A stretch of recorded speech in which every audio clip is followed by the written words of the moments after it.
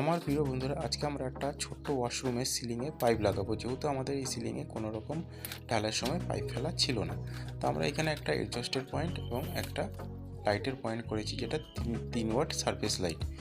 আর এই কাটিংটা আমরা এইভাবেই করেছি যেখানে আমাদের কোনো রকম পিকলিপ কিংবা পেরেক যাতে লাগাতে না হয়, যাতে পাইপটা লক হয়ে যায়। প্রিয় বন্ধুরা, তোমরা অনেকেই জানো যে সিলিংয়ে ক্লিপ এবং পেরেক লাগাতে গেলে অনেকটা অসুবিধার সম্মুখীন হতে হয়। তাই আমরা এখান থেকে পাইপটা কেটে নিয়ে ছোট্ট একটা ইটের টুকরো দিয়ে, যাতে পাইপটার ওপর কোনো রকম ড্যামেজ না হয় সেইভাবে আমরা ইটের টুকরো দিয়ে পাইপটাকে লক করে দিলাম। এবং প্রথম দিকে যেহেতু একটু এই জায়গাটা খুলে গেছে, তাই এই জায়গাটায় ছোট্ট একটা ইটের টুকরো দিয়ে আমরা এটাকে লক করে দিলাম। এরপর আমরা সিমেন্ট বালি মেখে তারপর হালকা হালকা আমরা এটাকে লাগিয়ে দেবো। তো প্রিয় বন্ধুরা, তোমরা যদি এরকমভাবে কাজ করে থাকো তাহলে অতি অবশ্যই কমেন্টে জানিও। আর পাইপটা কী সাইজের অতি অবশ্যই কমেন্টের মাধ্যমে জানিও। আর ভিডিওটা ভালো লাগলে প্লিজ একটা লাইক করো।